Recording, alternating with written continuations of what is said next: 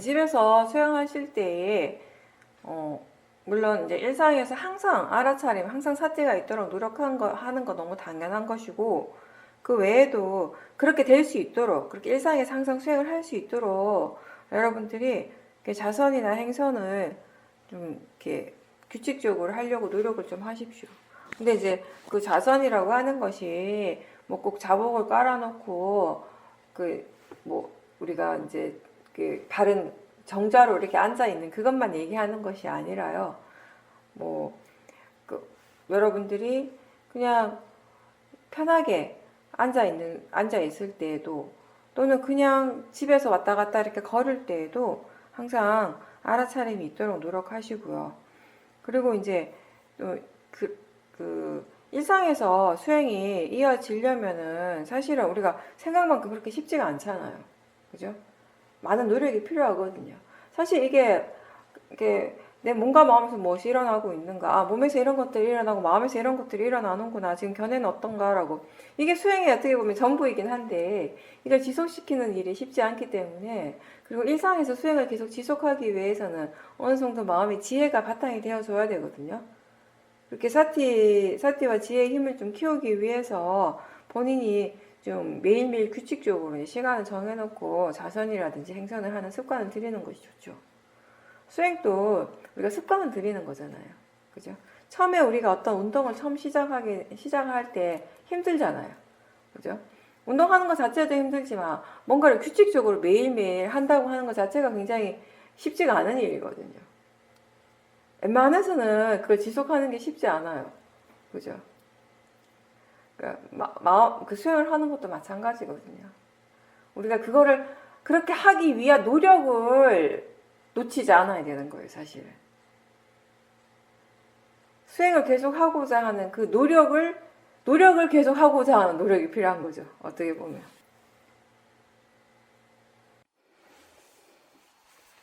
네, 부사님께서 요즘 수행은 마음이 하는 것이라고 하는 거기에 대한 이해가 이제 많이 생겼고, 그래서 이제 번뇌가 더 강할 때든 또는 지혜가 더 우세할 때든 상관없이 항상 그 자체를 지켜보려고 하는 그런 마음이 있고, 또 때로는 관념적인 대상이 빠지고 번뇌가 일어나기도 하지만 그거를 문제 삼지 않고 또 거기에서 다시 시작하고, 또 그렇게 하는 것 자체가 마음이라고 하는 그런 이해도 있고, 그 수행을 할 때 이제는 자연스러운 노력이 있다라는 것을 스스로 알고 있다라고 말씀하셨습니다.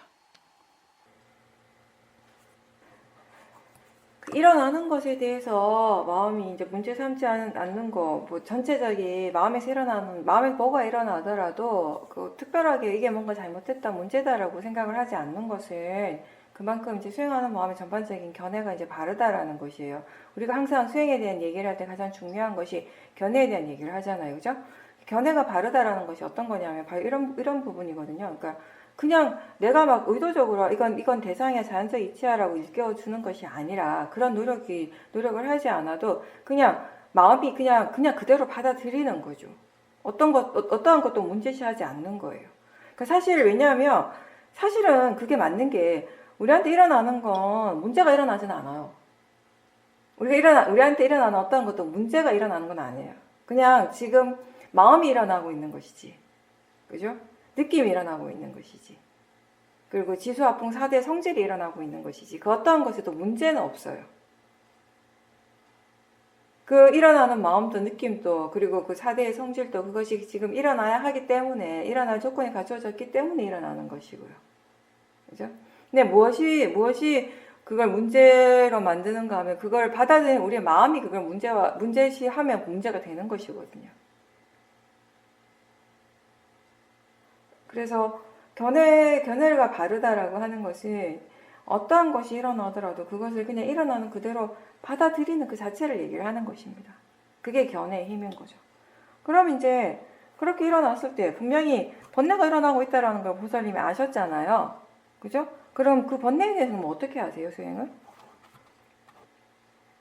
거기에 대해서, 그러면 그렇게 지켜봤을 때 번뇌에 대해서 뭐 그 번뇌 일어나는 조건이라든지 아니 번뇌의 성질이라든지 그런 것들에 대한 이해들도 생기고 있다라는 것이 분명히 알아집니까? 그런 부분들에 대해서 보살님이 수행을 하다 보면요, 그 여러 가지들이 일어나잖아요. 우리가 육문을 통해서 많은 것들이 일어나요. 번뇌가 일어나는 경우도 있고, 뭐 지혜의 마음이 일어나는 경우도 있고, 그럴 때, 그럼 그렇게 여러 가지들이 일어날 때 마음이 어떤 부분들에 있어서 다른 대상, 그러니까 지금은 그냥 일어나는 대로 그냥 판을 펼쳐놓고 말 그대로 그냥 보살님 판을 펼쳐놓고 그 판 안에서 뭐가 일어나고 뭐가 사라지는 걸 상관없이 그냥 지켜보고 있잖아요. 그죠? 근데 그 지켜보는 마음이 그냥 단순히 가만히 이렇게 그러니까 기본적으로는 지켜보고 있지만 그렇게 지켜볼 때 그 일어나는 것들에 대해서 좀 더 어떤 대상들에 대해서, 어떤 현상들에 대해서는 어떤 법의 어떤 부분, 특정한 부분에 대해서는 좀 더 관심을 가지고 좀 더 이렇게 가서 보려고 하기도 하고, 어떨 땐 그냥 이렇게 물러나서 그냥 가볍게 그냥 지켜보기만 하고, 이런 여러 가지들이 일어나지 않는가요? 그렇게 지켜보는 마음이 좀 더 이렇게, 어떨 때는 좀 더 활발하고, 그죠? 그 활발하다라고 하는 건 뭐냐면, 수행하는 마음이 그냥 그 지금 일어나는 것들에 대해 대상이나 현상들에 대해서 좀 더 이렇게 관심을 가질 때가 있거든요. 뭔가 좀 더 흥미를 가질 때가 있거든요. 그러니까 수행하는 마음의 질이 계속해서 변하거든요, 사실은. 그쵸? 우리가 견해가 바르고 수행이 계속 이렇게 쭉 이어지고 있을 때도요. 그냥 우리가 말로 표현을 할 때는 계속 대상으로 지켜보고 있고 수행이 계속 진행되고 있습니다. 이렇게 표현을 하지만 사실 수행자 자신은 그렇지 않아요. 수행자 자신이 느끼는 건 굉장히 변화무쌍해요. 오히려 마음의 질이 좋기 때문에 그 미세한 것들을 다 알아차림할 수 있기 때문에 더 많은 변화들을 알 수 있거든요. 그 부분을 제가 물어보는 것이에요.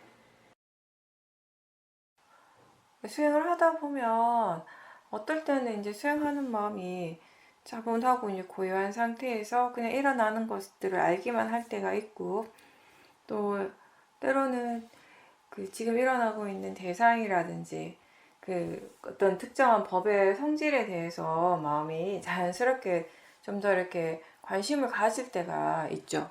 뭔가 이렇게 궁금해하게 되는 거죠. 일어나는 그 현상들에 대해서, 법에 대해서. 그렇게 궁금해지면 마음이 아무래도 다른 쪽보다는 그 궁금한 쪽에 더 관심을 기울이게 되고, 또 그때는 사띠도 좀 더 이렇게 미세한 느낌이 들 수도 있고요. 그러니까 뭐 항상 뭐 변화무쌍하다라고 표현할 수는 없지만, 사실 우리가 점점 그 수행하는 마음의 힘이 좋아지고 또 그 알아차림 쪽에 더 관심을 많이 뒀을 때 사실 그 안에서 우리가 배울 수 있는 것이 많다라고 항상 그런 얘기를 하죠.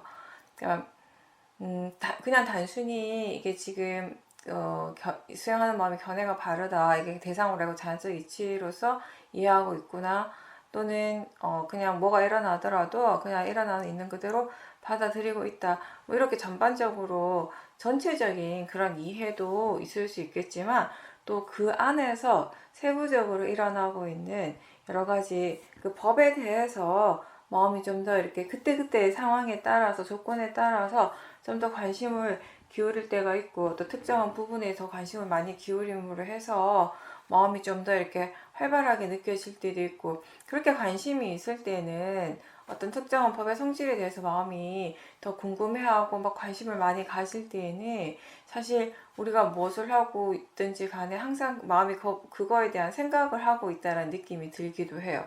그래서 마음의 힘이 좀 좋으면 좋을수록 또 그만큼 우리가 더 미세한 것들에 대해서 알 수 있는 일단 알아차릴 수 있는 힘이 있고, 또 더 미세한 것들을 더 많이 알아차림할 수 있기 때문에 또 거기에서 더 많은 그 관심이나 뭐 좀 더 궁금한 것들, 이런 것들이 더 많이 일어날 수 있죠. 결국 궁금해하고, 법에 대해서 궁금해하고 관심을 가지는 것 자체가 사실 그렇게 하는 그 마음이 지혜의 마음이니까, 그런 부분들에 있어서 좀 더 이렇게 그 관심을 가지고 수행을 한다면은 그 법에 대한 이전에 우리가 미처 이해하지 못했던 그런 법의 성질에 대해서 좀 더 자세하게 이해할 수 있는 또 그런 기회가 되지 않을까라고 생각합니다.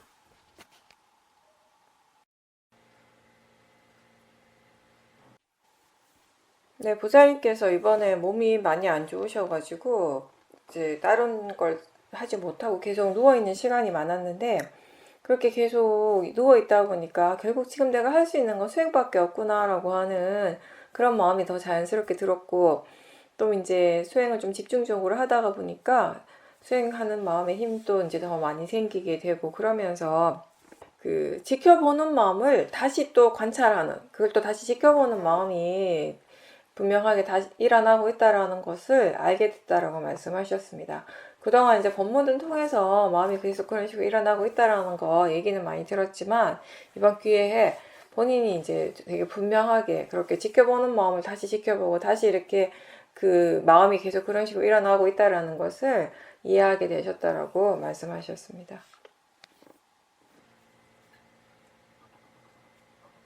네, 그렇죠. 잠시 아까 그 제가 유도 법문 할 때 오늘 제가 그 얘기 했는데 호흡을 지켜볼 때 처음에 이제 호흡을 대상으로 하잖아요. 근데 이제 그 호흡을 알아차리는 마음을 다시 알 수 있잖아요.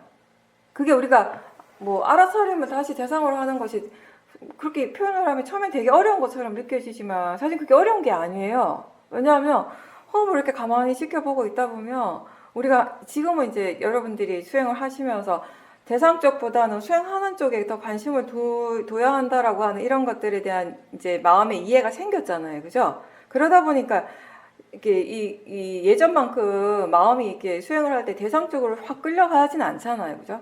항상 이렇게 물러나서 보고 있어요. 그랬을 때 우리가 그 지금 뭔가를 알아차리고 있다라고 하는 수행하고 있다라는 그 느낌이 굉장히 강하게 일어나잖아요. 분명하게 알아차림이 뭔가 분명해지는 거죠. 그죠? 그게 그냥 알아차림 대상으로 하는 거예요. 특별한 것이 아니라. 그죠? 그러니까 호흡도 알고 호흡을 알아차리는 마음도 아는 거죠. 마찬가지로 이게 육문에서 일어나는 것에 다 적용이 되는 거예요. 우리가 소리를 들을 때 듣고 있다라는 것을 알아차림 하잖아요. 그죠? 네, 그러다가 그렇게 알고 있다라고 하는, 그렇게 알아차리고 있다라는 것이 분명해질 때가 있죠. 그죠? 그러면 그 알아차림이 대상이 되는 것이에요. 몸의 감각도 마찬가지예요. 우리 머리에서 뭔가 일어나고, 뭐, 다리의 감각을, 다리의 느낌이 이렇게 알아차림하고 할 때, 그렇게 알아차리고 있다라고 하는 것이 다시 분명해지는 순간이 있어요. 그럼 그 알아차림을 대상으로 하는 거죠.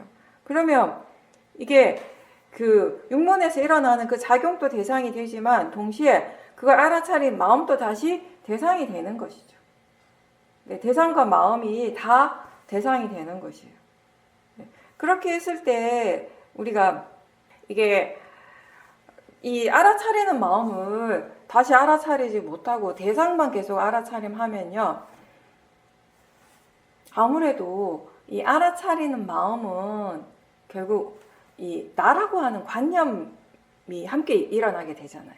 그렇죠? 우리가 수행을 할 때 정말 누구도 피할 수 없는 고정관념이 뭐냐면 내가 지금 알아차리고 있다는 그 생각일 거예요. 내가 수행하고 있다라는 생각.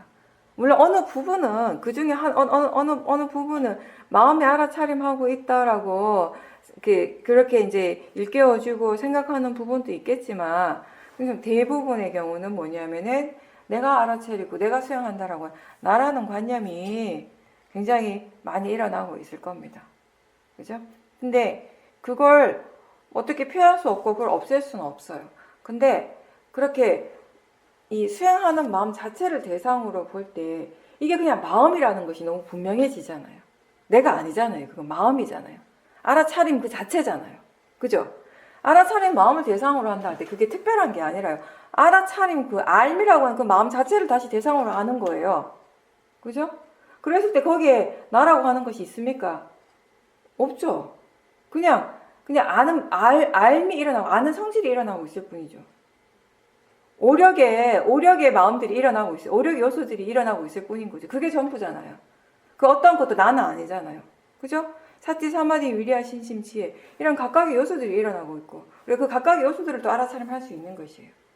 그렇게 됐을 때 자연스럽게 거기에서 우리가 수행하는 것이 나라고 하는 이 관념이 약해질 수밖에 없는 거죠.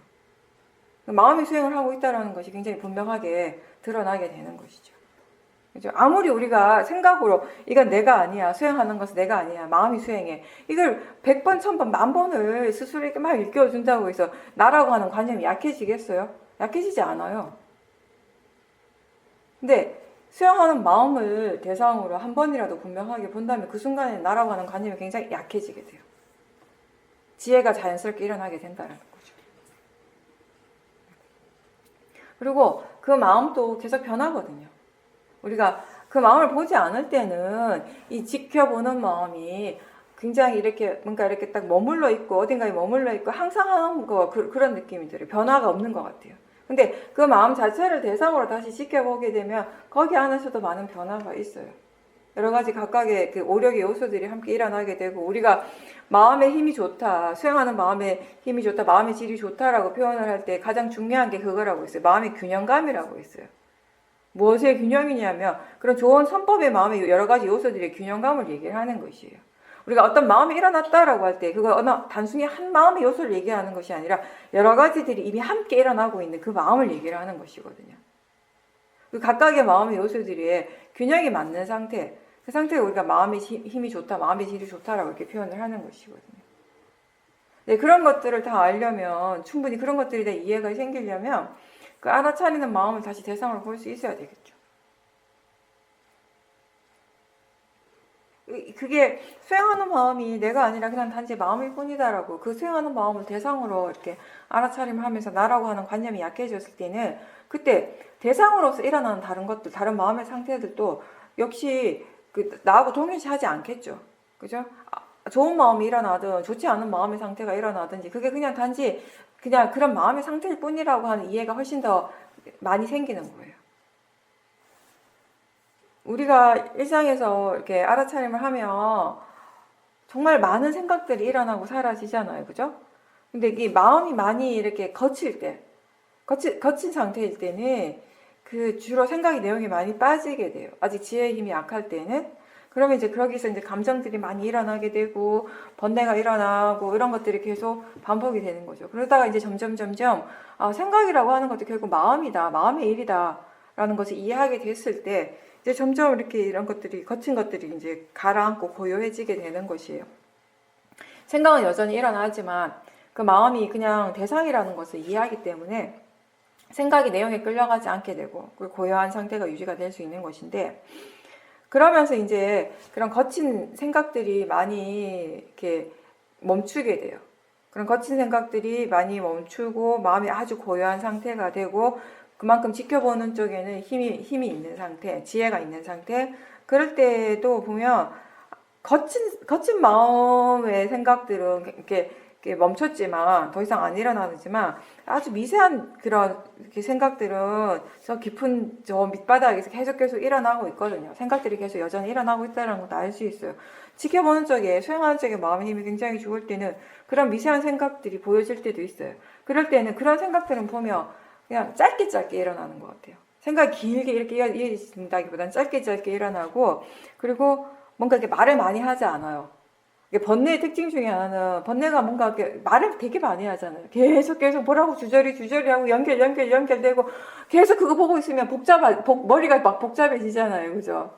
근데 굉장히 미세한 마음들에서 일어나는 생각들은 짧고 말도 많이 안 하고 그러면서 그렇게 막 생각이 계속 일어나긴 일어나는데 막 바쁘진 않아요. 근데 그런 상태가 되었을 때, 그런 미세한 이렇게 마음의 생각들, 마음에서 일어나는 그런 생각들을 이렇게 봤을 때, 마음의 가장 자연스러운 작용 중에 하나는 뭐냐면, 마음은 지금 무엇이 일어나고 있는가에 대해서 계속 알고 있어요. 알고 있다고 하는 건 계속 그 생각이 일어난다라는 것이죠. 지금 무엇이 일어나고 있는가에 대한. 그리고 또 다른 아주 미세한 생각은 뭐냐면, 아까 얘기한 거, 나라고 하는 그 생각이에요. 관념이죠. 그런 것들은 계속 바탕에 깔려 있거든요. 근데 그런 생각들이 계속 일어나는데 그게 그냥 단지 생각이라고 하는 것을 우린 잘 몰라요. 지금 일어나고 있는 마음을 마음이라고 이해하지 못하고 일어나고 있는 생각을 그냥 단지 생각일 뿐이라고 이해하지 못하기 때문에 거기에서 굉장히 많은 번뇌들이 발생하게 되는 것입니다. 나라고 하는 관념이 계속 일어나고 있고 생각들이 계속 일어나고 있고 우리는 나라고 하는 그 단어 자체를 그 말 자체를 굉장히 사용을 많이 하지만 스스로 그걸 잘 인지를 못해요. 그렇게 하고 있다는 자체를, 그런 생각이 일어나고 있다는 그 자체를 잘 모르죠. 근데 그 단어 자체를 사용한다라는 것이 곧 이미 마음이 그것에 대해서 생각을 하고 있다라는 걸 보여주는 거잖아요. 마음이 그것에 대해서 생각을 하지 않으면 그 단어를 내뱉을 수가 없죠. 그죠? 그만큼 나라는 생각을 많이 해요, 우리가. 네. 나라는 단어를 사용할 때마다, 그리고 그것에 대해 나라는 어떤 그런 관념들이 일어날 때마다 그걸 알아차릴 수 있다면 거기에서 나라는 관념이 조금씩 약해질 수 있어요. 떨어져서 지켜볼 수 있을 때 그 나라는 관념을 우리가 조금 덜 믿게 되는 것이에요. 여전히 나라고 믿고 나라고 생각하지만 덜 믿게 되는 것이에요.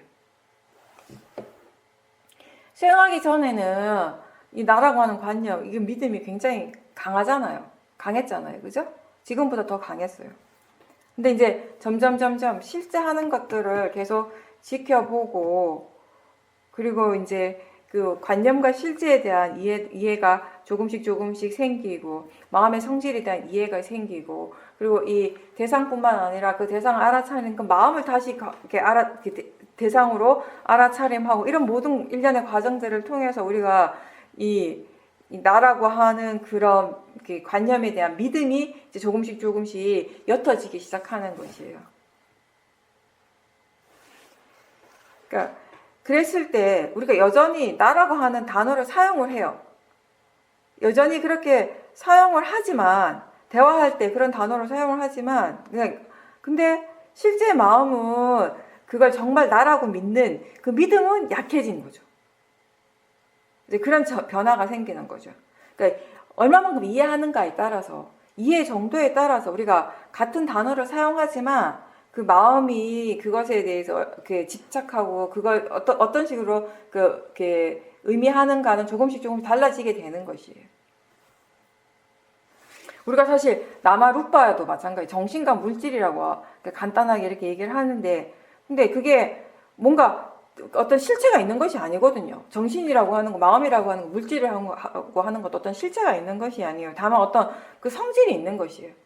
특정한 어떤 그런 성질에 대해서 우리가 이름을 붙인 거예요. 그죠?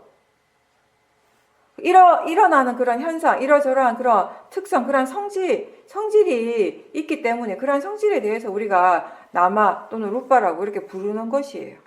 근데 우리한테 진짜 필요한 건 뭐냐면요, 그 성질을 이해하는 것이거든요. 그 성질을 이해하는 것이 수행인 것이고요. 그 성질을 충분히 이해했을 때, 우리가 그것에 대해서 어떤 명칭을 어떤 단어를 사용하든지 그건 크게 중요하지 않은 거예요. 근데 그 성질에 대한 이해가 별로 없을 때에는 우리가 어떤 단어를 사용하는가에 따라서 그 단어의 관념적인 의미에 우리가 굉장히 매이게 되는 것이에요. 집착하게 되는 것이에요. 속박당하게 되는 것이죠. 우리가 어떤 사람을 처음 만나가지고 자기소개할 때, 나는 누구입니다 라고 자기소개 하잖아요.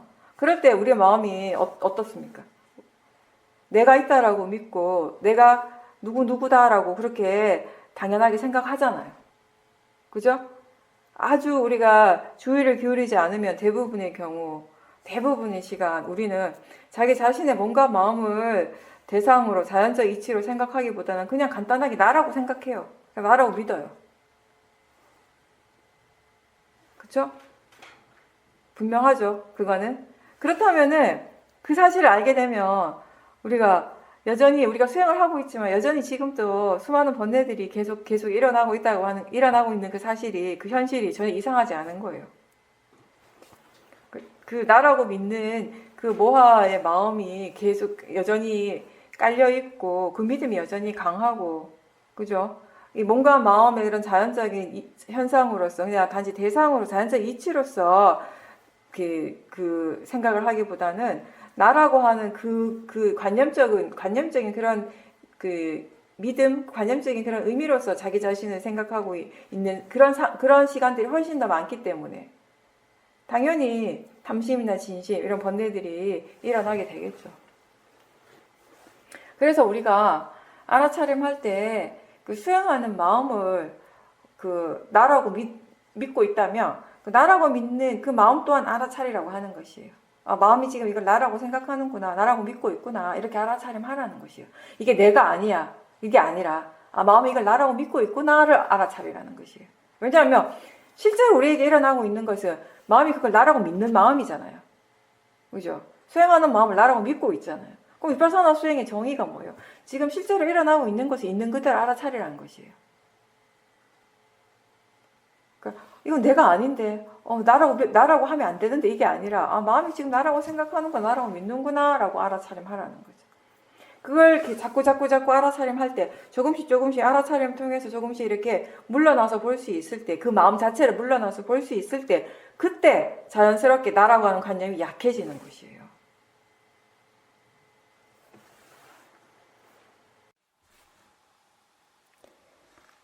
요즘은 보살님께서 수행할 때 수행하는 마음에 지혜가 있는지 없는지 이쪽에 관심이 많다고 하셨는데요. 번뇌가 없을 때에는 그냥 일어나는 대로 그냥 알기만 하고 있고, 그때는 이제 법이 수행을 하고 있기 때문에 수행 자체가 이제 편안하게 되어지는 상태이고, 또 이제 그러다가 번뇌가 일어나면 대상과 관찰하는 마음, 그리고 그 전부를 아는 마음이 어떤 식으로 반응을 하고 또 어느 정도 반응하는지에 대해서 알고자 하는 그런 마음으로 수행을 한다고 하셨습니다. 그러니까 관찰하는 마음에서 번뇌가 전혀 없이 그렇게 바르게 수행을 할 수 있을 때에는 그냥 그렇게 수행하는 마음을 그냥 물러나서 지켜보고 있으면 되죠. 마음이 지금 어떻게 수행을 하고 있는지를 그 과정들을 그냥 전체적으로 이렇게 지켜보는 거잖아요. 그렇죠? 마음의 힘이 아주 좋을 때는 그냥 대상과 아는 마음만 계속 일어나고 있죠. 그죠? 그럴 때 그냥 그렇다라고 물러나서 알기만 하면 되는 것이고, 근데 지금 같은 경우는 그러니까 이거 그냥 단순하게 갈게요. 설명 복잡하게 안 하고 단순하게 설명을 하면, 그러니까 이게 대상에 대해 수행을 하는데 수행하는 마음 쪽에서 대상에 대한 번뇌가 있을 때와 없을 때의 차이를 얘기를 하시는 거잖아요. 그죠? 없을 때는 마음이 어차피 알아서 수행을 할까 내버려 두고 말할 거 없고 그럼 그냥 하시면 되고, 그럼 있을 때 얘기하는 거. 있을 때는 그러면 그럼 그 대상이 그 번뇌가 그 대상에 대해서 번뇌가 막 번뇌로서 반응하는 여러 가지 현상들이 또 마음에서 막 일어날 거 아니에요. 그죠? 근데 그걸 지켜보는 마음이 있어요. 그쵸? 그러면 보살님이 지금 복잡해지는 이유는 뭐냐면 그걸 지켜보는 마음을 또 지켜보고 이런 식으로 나가는 걸 이제 설명을 하려니까 복잡해지는데 사실은 복잡한 건 아니거든요. 원래 마음이 그런 식으로 일어나요. 자연스럽게. 그죠? 설명을 하니까 복잡한 건데 나는 이제 아까 그게 물어본 게 이게 그냥 자연스럽게 되어지면 그냥 자연스럽게 내버려 두면 돼요. 자연스럽게 내버려 두면 되는데 굳이 이게 자연스럽게 마음이 지가 알아서 이런 식으로 하는 건 아닌데 보살님이 이렇게 일부러 보살님 스스로가 좀 개입을 해서 이렇게 할 필요는 별로 없다는 거예요. 여기에서는. 마음의 힘이 좋아서 법이 알아서 수행을 할 때 그냥 그렇게 마음이 알아서 수행을 하는 것 자체를 있는 그대로 그냥 지켜보고 그런 걸 이렇게 물러가서 지켜보는 걸 통해서 우리가 이제 마음의 성질에 대해서 그리고 수행하는 이 마음의 성질에 대해서도 많이 배우게 되거든요. 그리고 근데 우리가 때로는 이렇게 하는 것이 더 좋은 수행이다라고 얘기를 듣다 보면은 자꾸 마음이 의도적으로 그런 방향으로 그 수행을 이끌어 가려고 하는 그런 위리아가 또 생길 때가 있어요.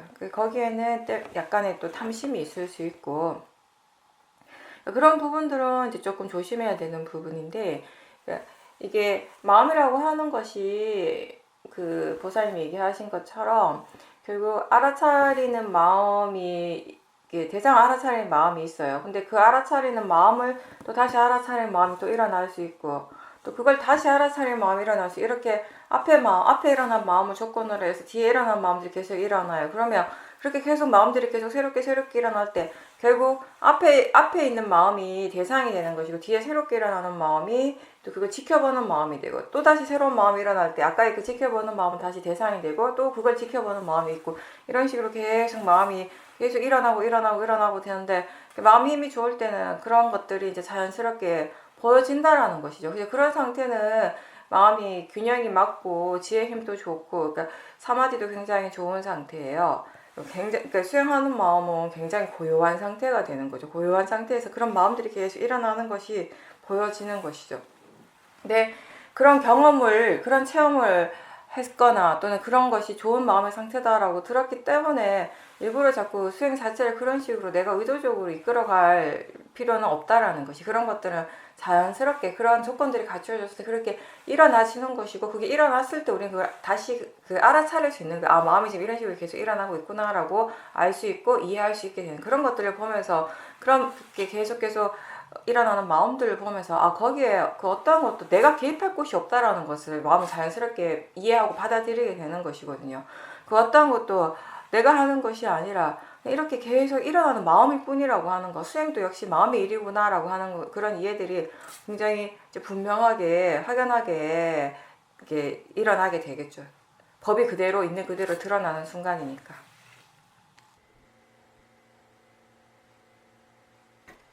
우리가 항상 하는 얘기예요. 위리아에 대해서, 노력에 대해서 얘기를 할 때, 그죠?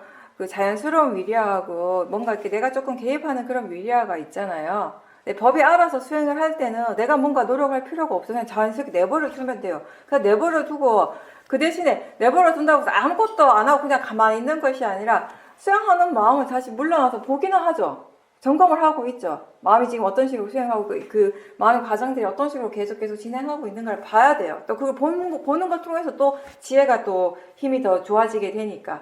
그죠? 거기에 또 특히 그럴 때는 마음의 힘이 워낙 좋기 때문에 이때는 사티가 어떤 식으로 일을 하고 또 사마디가 지금 어떻게 일어나고 있고 위리아는 어떤 식으로 작용을 하고 있고 어떤 지혜가 일어나고 있고 신심의 마음은 어떻고 이런 것들이 다 알아져요. 그걸 내가 막 보려고 막 애를 써서 그런 것이 아니라 그냥 내가 표현을 나라고 한다면 이런 거예요. 나는 그냥 물러나고 가만히 있어요. 가만히 있는데 우리 TV 보는 거하고 똑같네요. 그냥 TV 보려고, TV 볼 때, TV의 내용, 그 안에 나오는 화면들이 뭐 여러 가지 내용들이 되게 많잖아요. 그죠? 근데 그 내용들을 보기 위해서 내가 엄청 막 애를 쓸 필요 없잖아요.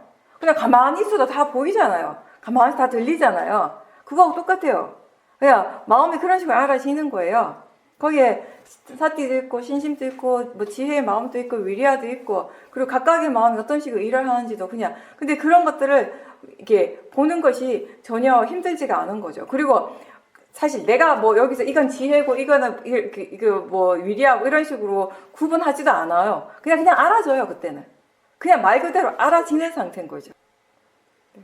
그러니까 제가 다른 분들을 위해서 조금 설명을 한다면은 이제 보살님 얘기를 하신 가장 그거는 이제 큰 테두리는 그거예요. 그러니까 이게 이제 법이 알아서 수행을 할 때는 내가 노력하지 않아도 그 자연스러운 위리아가 이미 거기에 있는 거예요. 그리고 위리아만 있는 것이 아니라 좀 전에 얘기한 것처럼 각각의 좋은 마음의 요소들이 지가 할 일을 하고 있어요. 하고 있는데 그걸 전체적으로 다 지켜보는 마음이 있는데 그걸 내가 그걸 보려고 특별하게 애를 쓰지 않아도 그냥 보여진다라는 것이에요. 근데 이제 마음의 질이 굉장히 좋을 때, 수행하는 마음의 힘이 굉장히 좋을 때는 그렇고, 대상에 대해서 이제 번뇌가 있을 때는 이제 우리가 수행을 바르게 해나가기 위해서 또 뭔가 이렇게 좀 노력의 형태가 달라지게 되는 것이잖아요. 그죠? 그냥 가만히 내버려 두는 것이 아니라 바르게 수행할 수 있도록, 바른 방향으로 수행이 나아갈 수 있도록 뭔가 이렇게 조금 내가 개입을 할 때가 있죠. 그죠? 그러면 사실은 우리가 계속 수행을 하다 보면요.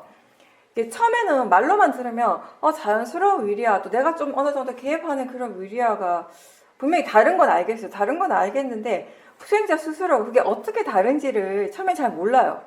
그죠? 그걸 본인이 이렇게 경험을 많이 안 해봤기 때문에 또 경험을 해도 그걸 뭐가 뭔지 모르고 그냥 경험을 하기 때문에 잘 모르는 거예요. 근데 이제 자꾸 이제 수행을 계속 하다가 보면 계속 진행을 하다 보면은 이제 그때 그 상황에서의 그 수행하는 마음의 상태, 그리고 또 그때 느낌, 그죠? 뭔가 내가 조금 개입을 했을 때 그런 위리아를 했을 때의 느낌과 그냥 정말 마음이 알아서 법이 알아서 수행을 할 때 그 수행하는 마음의 느낌이 분명히 또 다르거든요. 그리고 미세하게 그런 마음의 질의 차이가 있단 말이에요. 이제 그런 것들을 이제 우리가 계속 알아차림을 하다가 보면은 그런 부분들에 대해서도 스스로 이제 캐치가 가능해요. 근데 그런 것들을 알려고 하면 결국은 아까 처음에 얘기했던 것 같은 내용인데 마음의 관심이 어느 쪽에 있어야 되는가 하면 대상이 아니라 수행하는 마음 쪽에 관심이 둬야지 된다라는 것이에요. 이런 모든 것들이 대상에서 일어나지 않아요. 수행하는 마음에서 일어나는 것이에요. 우리가 지금 한번 보세요. 인터뷰를 계속 하고 있잖아요. 사람들하고 인터뷰하고 있는데, 수행이 아직 이렇게 초보인 분들은 인터뷰를 할 때 내용이 다 대상 쪽을 이제 얘기를 해요. 그죠? 대상이 어떤 것이 일어나고 있고, 이제 그럴 수밖에 없는 것이 이렇게 처음 수행하는 사람, 아직 수행이 충분히 능숙하지 않는 사람들에게 있어서 마음의 방향성이라고 하는 것이 결국은 이 대상 쪽에 치우쳐질 수밖에 없어요. 그쵸? 왜 그렇겠어요? 그거는 대상은 아무래도 이런 관념적인 것들을 이미 내포하고 있잖아요. 그죠? 그러니까 우리에게 굉장히 선명한 거예요. 분명하게 드러나는 거예요. 관념이라고 하는 그런 역할을 하잖아요. 근데 빠라마타는 그렇지 않잖아요. 그냥 그런 어떤 고유한 성질이 있는 것인데 그 고유한 성질이라고 하는 것도요. 우리가 거기에 대한 이해가 있어야지, 지혜가 있어야지 그게 분명하게 드러나지. 그런 지혜가 아직 생기기 전까지는 몰라요. 그게 뭐가 뭔지 모르잖아요. 그죠? 그러니까 여러분들이 예전에 수행을 처음 했을 때 탐심의 마음의 성질이 이렇고 진심의 마음의 성질은 이렇고 그리고 또 뭐 지혜는 이런 특징을 가지고 있고 그리고 뭔가를 느낄 때 느끼는 마음, 느끼는 성질은 어떠하고 이런 것들에 대해서 아무리 많이 듣는다고 해서요. 그런 성질이 이해가 된 건 아니잖아요. 그렇죠? 근데 지금은 우리가 탐심이라고 내가 이렇게 얘기를 하고 진심 또는 지혜 아니면 알아차림 이런 얘기를 하면 여러분들이 뭔가 각각의 그 수행자들이 여러분 각자가 뭔가 그것에 대한 느낌이 와요. 그죠? 내가 탐심이라고 얘기를 할 때하고 도사라고 얘기를 할 때 도사의 마음의 성질이 뭐 어떤 것이고 지혜의 마음의 성질이 어떤 이런 얘기를 할 때 여러분들이 그 말을 듣는 순간에 그걸 뭔가 느껴요. 그죠? 그게 바로 이해가 생겼기 때문에 그런 것이에요. 그죠? 그런 것처럼 우리는 결국 무언가를 안다라고 할 때 그 많은 그것들을 뭘로 아는가 하면 느낌적으로 알게 되거든요. 이해했다라는 것도 분명하게 알 때와 지혜가 분명하게 일어났을 때와 지혜가 없을 때 그 차이가 우리는 뭘 통해서 아는가 하면 느낌을 통해서 알게 되는 것이에요. 그죠? 그리고 위리아도 마찬가지예요. 그러니까 뭔가 내가 개입해서 수행을 계속 지속시켜 나갈 때의 느낌과 나는 전혀 거기에 개입하지 않지만 마음이 알아서 수행을 할 때 수행하는 마음의 느낌이 또 전혀 다르거든요. 그것들이 이제 분명하게 수행자가 알게 되는 거죠. 그러면서 이제 그리고 어떤 상황에서 그냥 마음이 알아서 수행을 하도록 그냥 내버려 두고 또 어떤 상황에서 내가 조금 이렇게 바르게 수행할 수 있도록 조금 이렇게 개입을 해야 되는가 이런 것들도 결국 지혜가 결정하는 것이거든요. 그죠? 그렇지 않으면 우리가 거기에 대한 충분한 이해가 없으면 지금 그냥 마음이 알아서 수행을 하는데 내가 개입을 할 때가 있어요. 왜 개입을 하냐면요. 수행을 더 잘하고 싶어서. 수행이 지금 충분히 잘 되고 있어요. 그죠? 그런 경험 하셨을 거예요. 특히 처음에 이제 뭔가 사띠가 이런 게 사띠구나. 수행을 이렇게 하는 거구나. 라고 뭔가 이렇게 처음 이렇게 알아질 때가 있어요. 마음이 굉장히 밝아지고 기분이 좋잖아요. 그죠? 그러면 마음이 이런 식으로 수행을 하네라고 그 마음을 대상으로 지켜보면 딱 좋은데 대부분의 사람들이 그렇게 안 해요. 거기서 조금 더 잘하고 싶어하는 또 욕심이 생기는 거예요. 아니면 또 그런 상태를 계속 유지하고 싶어하는 욕심이 생겨버려요. 그래서 그냥 내버려두면 마음이 알아서 수행을 할 텐데 내가 개입을 해버리는 거죠. 그러면 어떻게 되겠어요? 좋은 마음의 상태가 금방 깨지죠. 여러분들 예전에 처음에 이제 수행을 해서 수행하는 마음이 조금씩 개발될 때 그 과정들을 한번 돌이켜 보면은 뭔가 이렇게 지혜가 일어나고 있고 마음이 수행이 자연스럽게 잘 된다고 느껴지다가 갑자기 마음의 질이 훅 떨어지고 이런 경험들을 많이 하게 되잖아요. 그죠? 그게 왜 그런가 하면은 지금 수행이 잘 된다, 마음의 질이 좋다라고 생각하는 순간에 자신도 모르게 거기에 대한 어떤 탐심이 일어날 때가 많았거든요. 그때는. 네, 그러면서 이제 마음의 밸런스가 균형이 이렇게 확 깨져 버린 것이에요.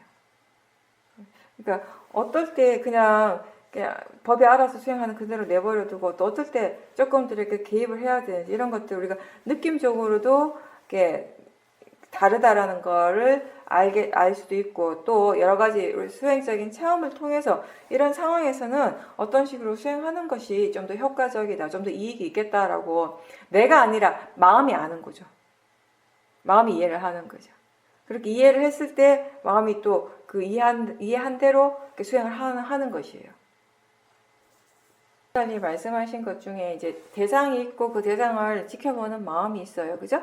그 지켜보는 마음을 다시 대상으로 할 수 있어요. 그럼 앞에 지켜보는 마음이 대상이 되는 거잖아요. 그죠? 뒤에 일어나는 마음이 수행하는 마음이 돼요. 그쵸? 근데 이게 여기서 멈추겠어요? 아니에요. 그죠? 계속 일어날 수 있어요. 계속 물러나면서 수행하는 마음이 계속 일어나요. 왜냐하면 수행하는 그 마음도 마음이기 때문에 머물러 있지 않잖아요. 항상하지 않잖아요. 계속 새롭게 일어나잖아요. 그죠? 계속 새로운 마음들이 계속 일어나게 되는 것이거든요.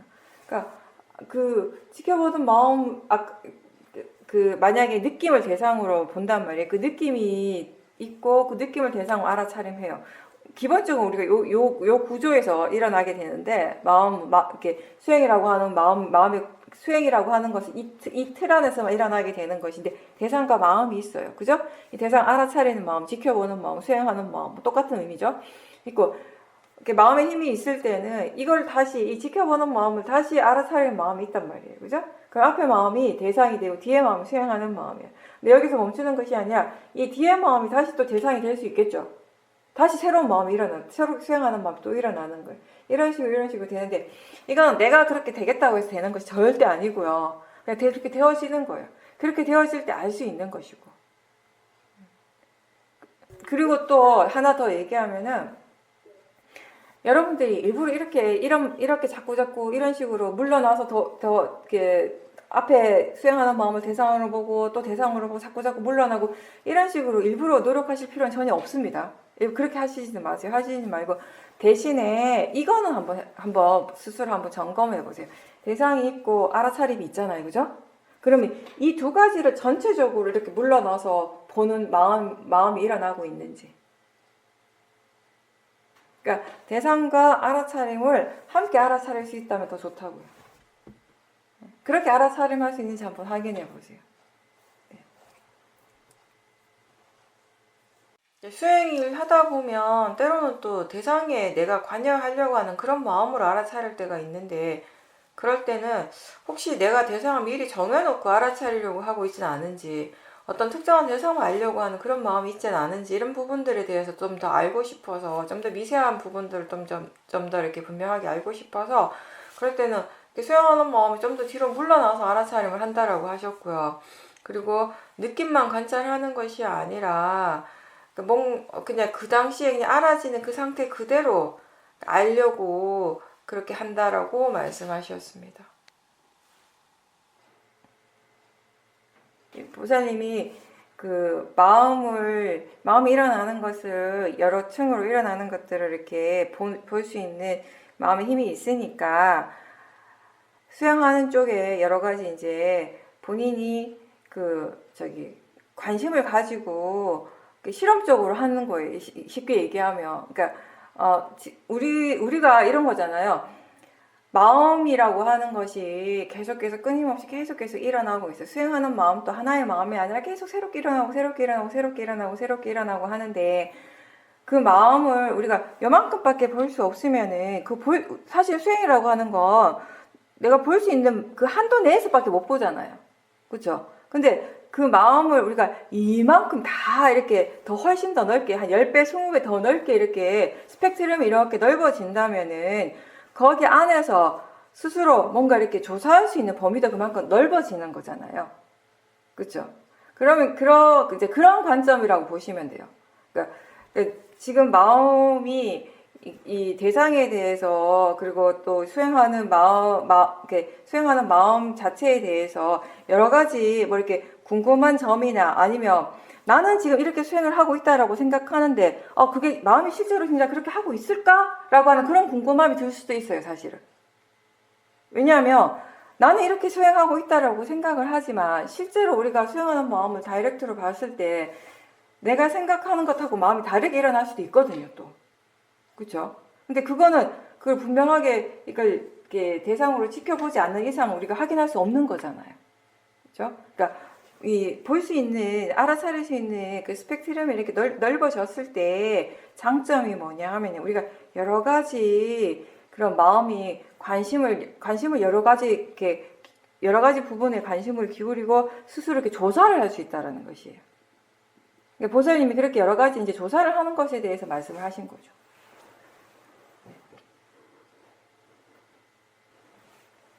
마음에 대해서 많이 이해하지 못하면은 마음에 대해서 궁금한 게 별로 없어요.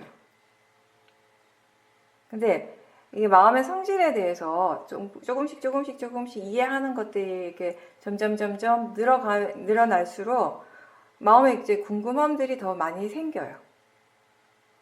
그러니까 마음에 대해서 조금 알았을 때는, 저번에 내가 그런 얘기 했지, 마음의 성질에 대해서 조금 이해했을 때는 내가 그걸 마음에 대해서 다 안 것 같은 느낌이 들거든요, 사실. 근데 마음에 대한 이해가 조금씩 더 많이 생기고 더 깊어지면 깊어질수록 반대가 되는 거죠. 내가 이해한 것은 정말 요만큼밖에 안 되고 이해하지 못한 것은 이만큼이라는 거.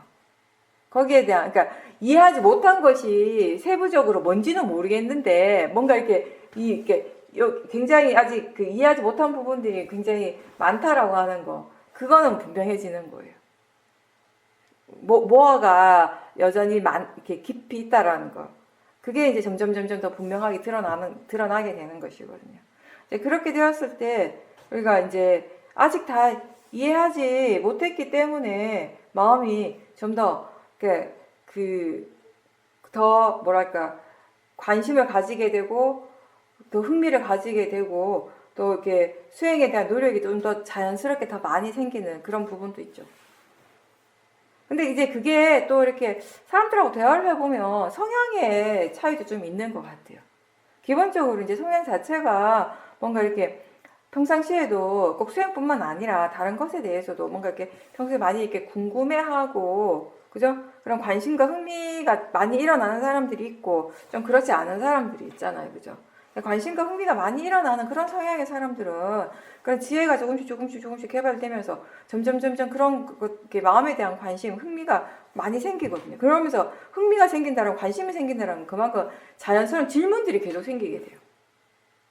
그러면 그런 질문들이 결국 이런 수행하는 마음의 방향성을 이렇게 제시하게 되는 것이거든요. 그러니까 처음에는 우리가 들은 대로 수행을 해요. 수행을 어떻게 해야 된다라고 들은 대로 수행을 하니까 이미 방향성이 정해져 있잖아요.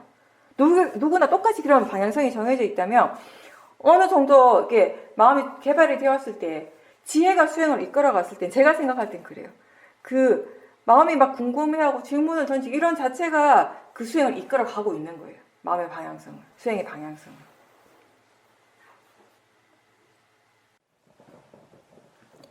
예, 요즘은 가볍게 그리고 단순하게 수행을 하고 있다라고 하셨는데요. 예전에 법문을 들을 때에는 대상을 한꺼번에 다 알아차릴 수 있다라는 그런 말을 들으면 저게 어떻게 가능하지? 라고 생각을 하셨다고요. 보살님이 수행을 할 때는 대상을 하나하나 이렇게 따라가면서 그런 식으로 알아차림을 했기 때문에 그 말을 이해하기가 좀 힘들었는데, 요즘은 수행이 자연스럽게 대상을 쫓아가는 것이 아니라 알아차리는 마음을 그냥 가만히 지켜보고 있고, 그 지켜보는 마음을 통해서 여러 가지 대상들을 다 한꺼번에 알 수 있게 되었다고 하셨습니다. 그러니까 처음에는 대상을 쫓아가는 수행을 하게 되고요. 그죠? 대상을 쫓아가고 처음에는 대상을 통해서 우리가 본인이 지금 수행을 하고 있다는 걸 항상 확인을 해요. 그쵸? 대상을, 이 대상이 지금 알아지는구나를 통해서 지금 내가 수행하고 있네라고 스스로 확신하잖아요. 그쵸? 근데 이제 그게 이제 대상 중심의 수행인 것이고, 이제 보살님이 우리가 항상 하는 마음 중심의 수행을 하는 것이에요. 마음이 이미 대상을 알아차리고 있잖아요. 그쵸? 마음이 일어났다라고 하는 것은 이미 그 마음은 대상을 알고 있거든요. 어떤 마음이든지, 그죠? 대상 없이 마음이 혼자 못 일어나잖아요. 그것도 연기죠. 대상과 마음이 항상 함께 일어나는 것이에요. 대상을 알기 때문에 우리가 마음이라고 하는 것이거든요. 그러니까 이 마음을 우리는 그냥 이렇게 마음 쪽에 관심을 두고 마음을 볼 뿐인데, 여기서 대상이 함께 알아지는 것이 자연스럽게, 그죠? 이렇게 대상을 알 때는 하나의 대상을 이렇게 뭔가 이렇게 포커스를 하나 딱 맞췄다가 또 다음 대상을 보면 마음의 포커스가 쭉 옮겨가고, 약간 뭔가 콕콕콕 집어서 이렇게 보듯이 이런 느낌이라면, 근데 마음을 통해서 대상을 함께 알 때는 그냥 전체적으로, 그죠? 전체적으로 그냥 이게 알아지는 느낌인 거죠. 그죠? 그래서 우리가 그런 표현도 써요. 이게 두는 사띠가 있고 있는 사띠가 있다라고 이렇게 얘기를 하는데, 그러니까 두는 사띠는 뭐냐면은 막 이렇게 지금 사띠 있는가 아는가라고 내가 뭔가 이렇게 노력을 하고, 그러니까 대상 하나하나를 알 때 뭔가 이렇게 대상을 막 쫓아가는 것 같고 자꾸 이렇게 그 대상에다가 마음을 두는 느낌이 들잖아요. 그죠? 근데 지금은 그렇게 굳이 대상을 쫓아가지 않아도, 그죠? 대상 하나하나를 막 알아차리려고 애쓰지 않아도 그냥 수행하는 마음은 그냥 여기 가만히 있는 것 같아요. 이쪽 어디에서. 그냥 가만히 있는데 대상이 이렇게 그냥 알아지는 느낌이 드는 거죠. 그죠? 예전에는 내가 나가서 대상 쪽으로 가서 하나하나 대상을 알아차림했다면, 이제는 나는 가만히 있고 마음이 이쪽으로 온다라는 느낌, 그런 느낌으로 이제 수행을 하는 거죠.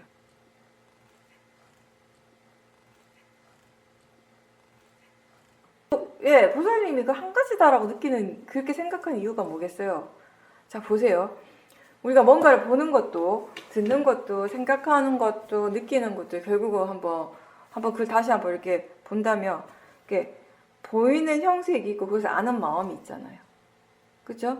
소리가 있고 소리를 아는 마음이 일어나죠. 그러니까 실제로 지금 제가 하는 얘기는 뭐냐면, 실제로 우리에게서 무엇이 일어나고 있는가를 얘기를 하는 것이에요. 실제로 무엇이 일어나고 있는가 하면 소리와 소리를 아는 마음이 일어나고 있어요. 형색과 형색을 아는 마음이 일어나고 있어요. 냄새와 냄새를 아는 마음이 일어나고 있어요. 그렇죠? 맛과 맛을 아는 마음이 일어나고 있어요. 결국 무슨 말인가 하면은, 결국 일어나는 것은 대상과 그 대상을 아는 마음이에요. 그렇죠? 일어난 이치는 같죠?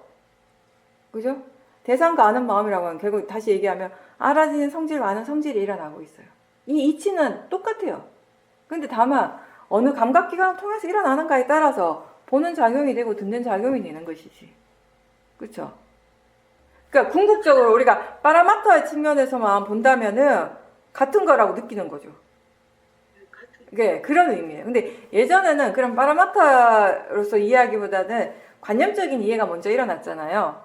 그렇죠? 그러니까 보이는 것하고 물론 보이는 작용과 들리는 작용 분명히 다르죠. 다르긴 달라요. 같은 작용이다라고 하면 잘못된 거예요. 보는 건 보는 거고 듣는 건 듣는 거예요. 그렇지만 그것을 우리가 파라마타의 측면에서 얘기를 한다면, 지금 무엇이 일어나고 있는가, 지금 실제 하는 것은 무엇인가라고 했을 때 결국 궁극적으로 들어갔을 때 뭐가 일어나고 있냐 하면은 아는 마음이 일어나고 그 대상이 일어나고 있다라는 것이에요.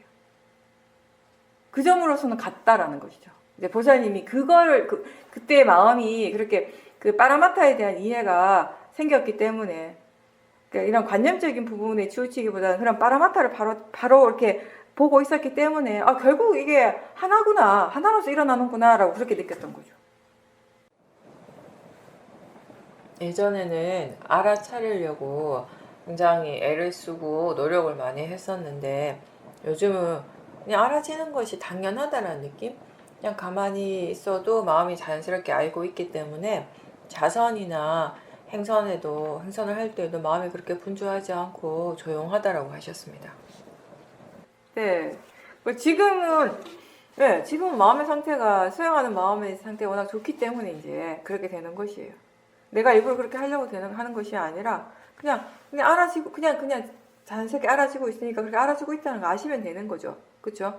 그럼 대상과 아는 마음을 함께 볼 수도 있는 것이고, 아니면 그냥 아는 쪽의 마음, 아는 마음, 알아차리고 수행하는 마음만 계속 대상으로 지켜봐도 되고, 뭐 어떤 것이든지 그런 상황에서는 내가 어떤 식으로 수행해야지라고 결정할 필요는 전혀 없어요. 다만 그때는 지금 마음이 어떤 식으로 일을 하고 있는가, 마음이 어떤 식으로 작용하고 있나, 수행을 어떻게 하고 있나, 그런 정도의 느낌으로 수행을 하시면 돼요. 요즘 마음의 힘이 좋아진 그런 상태로 수행을 하다 보니까 뭐 어떤 상황에서든지 보일 때나 들릴 때나 마음이 거의 습관적으로 거기에 대해서 어떤 식으로든 반응하는 마음, 번뇌가 일어나는 그런 것들을 굉장히 자주 보게 된다라고 말씀하셨습니다. 우리가 생각하는 것 이상으로 그런 번뇌들이 굉장히 많이 일어나거든요. 아주 사소한 것 하나에도, 작은 소리 하나하나, 작은 느낌 하나에도 마음은 그냥 가만히 있지 않아요. 그냥 이게 소리다, 느낌이 이렇게 일어나네, 이런 정도로 멈추지 않아요. 어떤 식으로든 반응을 계속 하고 있다라는 것이거든요.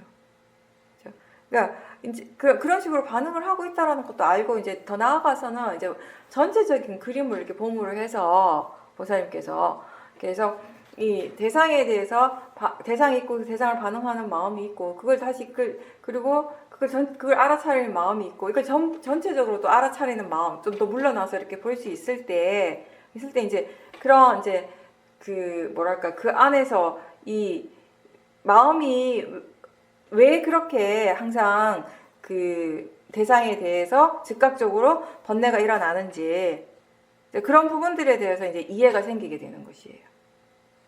그거를 지금은 이제 그렇게 즉각적으로 그렇게 바로 반응하네, 바로 좋아하거나 싫어하는 마음이 그렇게 계속 일어나고 있네 알았잖아요, 그죠?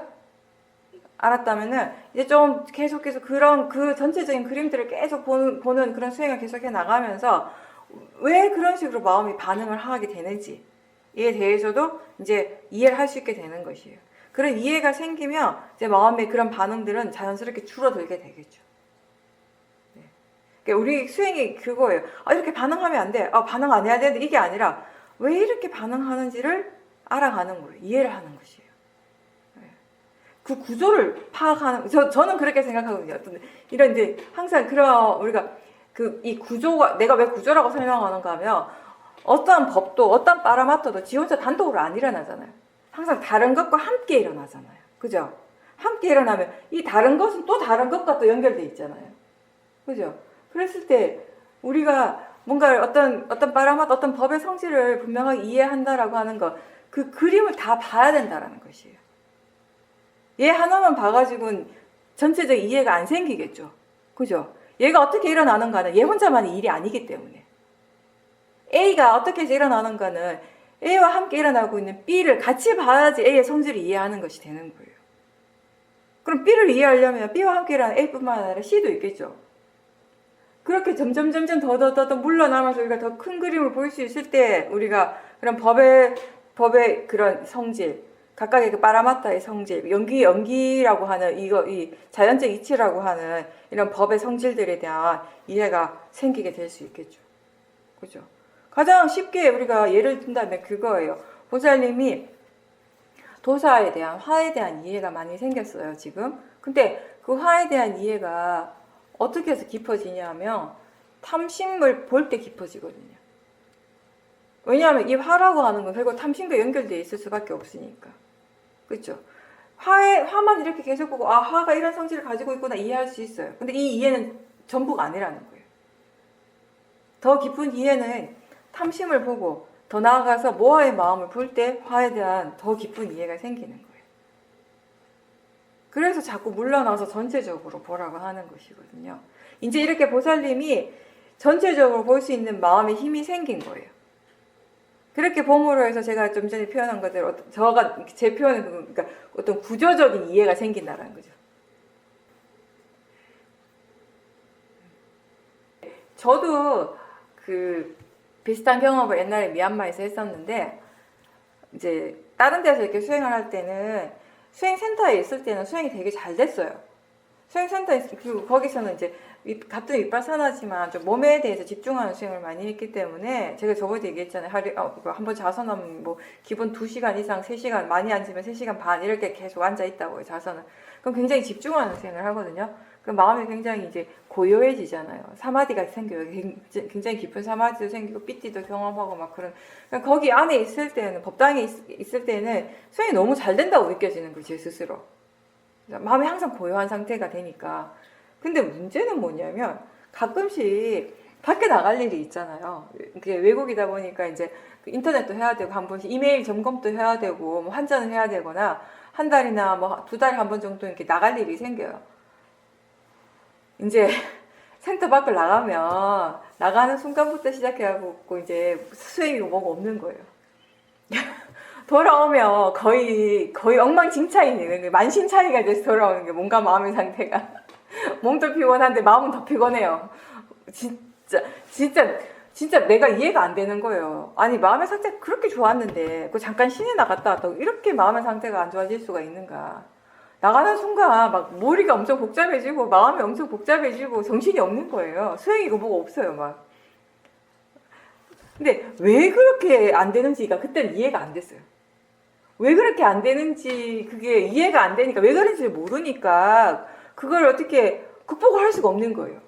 계속 반복되더라고요. 근데 이제 쇼미네 갔잖아요. 쇼미네 가가지고 이제 한 달인가 있다가 시내를 나갈 일이 생겼어요. 이제는 기대도 안 해. 그런 걸 너무 많이 경험해가지고 밖에 나가면 또 수행이 안 되겠지. 돌아오면 열심히 해야지. 이제 이런 마음으로 가는 거예요, 이제.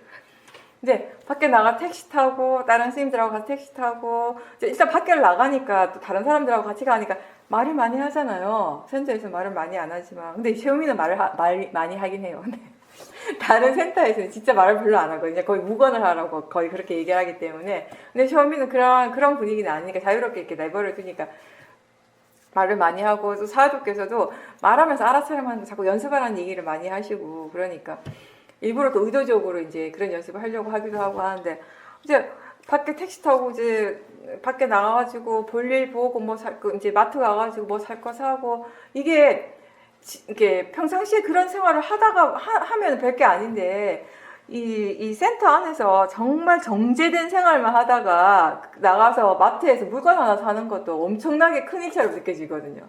굉장히 뭔가 이게 복잡한 일처럼 느껴지고요. 그렇단 말이에요. 그러니까 그때 제가 쇼미에서 느낀 게 바로 그거였어요. 아, 센터라고 하는 건 정말 뭔가 이건 온실 같은 역할이구나. 그러니까 이게 겨울에 우리가 꽃과 나무, 식물들을 잘 키우기 위해서 보호하기 위해서 온실이 필요하잖아요. 온실이 없으면 다 얼어 죽잖아요. 그러니까 그거를 보호하기 위해서 최적의 환경을 만들어주는 거예요. 그러니까 그때 딱 그게 느껴지더라고요. 아, 이게 수행센터라고 하는 건, 수행처라고 하는 건 수행자를 위한 온실과 같은 역할이에요. 근데 거기 안에서는 수행이 잘 되는데 문제는 뭐냐면 이게 자생력이 별로 없을 수 있다는 거예요. 나가면 얼어 죽어버리는 거예요. 스스로 못 살아나는 거예요. 이 환경 자체가 받쳐주는 게 없어버리면. 그래서 중요한 건 뭐냐면은 온실에 있든 바깥에 있든 본인 자생력이 있어야 되는 것이거든요. 근데 이전에는 제가 그게 없었단 말이죠. 근데 이제 시험에서 수행하고 이제 처음에 이제 밖에 나갔는데 제가 보살님하고 똑같은 걸 느낀 거예요. 엄청 복잡해요. 막 시내 나가면 엄청 복잡하고 사람도 많고 차도 막 복잡하고 막 거기 신호등도 없는데 막 건너야 되고 정신이 없거든요. 없는데 이게 뭐냐면 수행이 계속 되더라고요. 사태가 계속 이어지고 있어요. 바깥에는 너무 복잡하고 너무 시끄럽고 막 엉망진창인 것 같은데 내 안은 너무 정리정돈이 잘 돼 있는 거예요. 고요한 거죠. 이게 센터에 있을 때는 바깥도 고요하고 내 안도 고요하니까 덜한데 바깥에 나가니까 바깥 너무 복잡하고 막 너무 시끄러운 내 안이 고요하니까 이게 상대적으로 엄청 고요하게 느껴지더라고요. 더 많이. 완전 비교가 되니까. 그래서 그때 너무 신기하기도 하고 도대체 이게 무슨 일이지? 라고 조사를 했어요. 너무 신기해가지고 그 바깥에서 일하면서 볼일 보면서 계속 조사를 한 거예요. 이게 뭔 일인가 막 계속 조사를 했는데 그게 뭐냐면 예전에 수행을 할 때는 바깥에 나가면 대상 중심의 수행밖에 제가 못했던 거죠. 수행 이러면 오로지 대상 중심의 수행밖에 몰랐기 때문에 이게 밖에 나가면 너무 많은 것들이 펼쳐지잖아요. 마음이 난리가 난 거. 여기 갔다 저기 갔다 여기 갔다 저기 갔다가 그러면서 바로 이제 번뇌가 일어난 거예요. 근데 그런 과정들이 너무 빨리 그냥 다다다닥 일어나니까 어떻게 할 수가 없는 거 이쪽에서 수행하는 쪽에서. 그러니까 순식간에 마음의 힘이 쫙 무너져 버렸거든요. 근데 그때는 이제 쇼맨에서 수행하고 갔을 때는 지금 보살님 말씀하신 대로 마음이 대상적으로 끌려가지 않고 아는 쪽에 계속 머물러 있더라고요. 내가 그렇게 하려고 한 게 아니라 그런 식으로 이제 마음이 이미 훈련이 된 거죠. 그러니까 밖에 나가니까 그냥 그런 식으로 수행을 하니까 안에 있을 때는 제가 잘 몰랐어요. 사실은 그렇게 하고 있다는 사실 자체를 그때 처음 알았어요. 제가 스스로 많이 그렇게 분명하게 느낀 건 그때 바깥에 나가서 아 마음이 지금 이런 식으로 수행을 하고 있었구나, 수행이 이렇게 달라졌구나를 제 스스로 굉장히 분명하게 알았던 게 그때 밖에 쇼핑 갔을 때였었거든요. 그러니까 그래서 그런 체험을 하고 나니까 왜 마음이 대상 중심이 아니라 마음 중심의 수행을 해야 되는지가 100% 이해가 되잖아요. 그죠? 이게 어떤 이익이 있는지를 스스로 분명하게 체험을 했으니까. 이게 비교가 안 되는 것이거든요. 수행의 질 자체가 비교할 수 없이 다르기 때문에. 그러면 이제 마음은 당연히 그다음부터는 마음의 중심이 항상 이제 수행하는 쪽으로 오게 되는 것이에요. 그게 훨씬 더 이익이 있다는 걸 충분히 이해했기 때문에, 그게 어떤 가치가 있는지, 어떤 이익이 있는지 분명히 알았기 때문에. 그래서 우리가 대상 중심의 수행이 아니라 자꾸 마음 중심의 수행을 하라고 얘기를 하는 것이에요. 아는 쪽에 머물러 있는 그런 수행을 자꾸 연습하라고 얘기를 하는 것이죠. 네. 그리고 이제 보살님 지금 잘 하셨고요. 그리고 보살님 듣고 다른 분들도 마찬가지예요. 수행을 하다가 뭔가 이렇게 수행에 있어서 어떤 큰 변화들이 스스로 느껴질 때가 있잖아요. 그죠? 그랬을 때 거기에서 멈추지 말고 계속 또 조사를 하셔야 돼요. 뭐가 달라졌는지, 어떻게 해서 달라진 건지, 왜 달라진 건지, 무엇 때문에 이런 변화가 생겼는지, 이런 것에 대한 계속 본인에게 이제 스스로에게 질문을 던지면서, 질문을 던지면 마음을 알아서 조사를 하게 되거든요. 조사를 하는 건 내가 하는 게 아니에요, 사실. 내가 의도적으로 질문을 몇 가지 던져 놓으면 마음이 알아서 조사를 하는 것이어야죠. 근데 이제 그게 마음의 힘이 있을 때는 그게 자연스럽게 되는데, 또 우리가 어떻게 하다 보면 번뇌가 일어나고 마음의 질이 떨어질 때가 있잖아요. 그죠? 그러면 또 대상 중심의 수행으로 가게 될 거예요. 그것도 어쩔 수 없는 거예요. 또 그러면 그 대신에 그때도 예전처럼 대상을 막 쫓아가지 말고, 그때도 마음이 지금 이렇게 수행을 하고 있구나라고 알아차림하세요. 그렇게 할 때 수행하는 마음 쪽에 관심을 두는 것이 돼요. 우리가 수행하는 쪽에 관심을 두세요. 아는 쪽에 아는 쪽을, 이렇게 아는 걸 다시 알아차림해라. 아니면 알아차림을 다시 알아차림해라. 이러면 말 자체가 되게 어려운 것 같지만 사실 별거 아니에요. 아까 처음 자선 시작할 때 제가 그렇게 얘기했잖아요. 호흡을 알아차리고 있다는 게 분명하냐고 물어봤잖아요. 분명하다면 알아차리면 아는 것이잖아요. 그죠? 이것도 마찬가지인 거죠. 그러니까 마음이 대상 쪽으로 갈 때, 그럼 마음이 지금 그렇게 하는 거 어떻게 알겠어요? 그죠? 그랬을 때 이걸 떼려고 하지 말고, 그냥 마음이 이렇게 지금 대상 중심으로 수행을 하고 있구나, 마음이 지금 대상을 쫓아가고 있구나라고 하는 알아차림이 있다면 되는 거예요. 네, 그런 식으로 하려고 노력하십시오. 네, 오늘은 여기까지 하겠습니다. 네, 수고하셨습니다.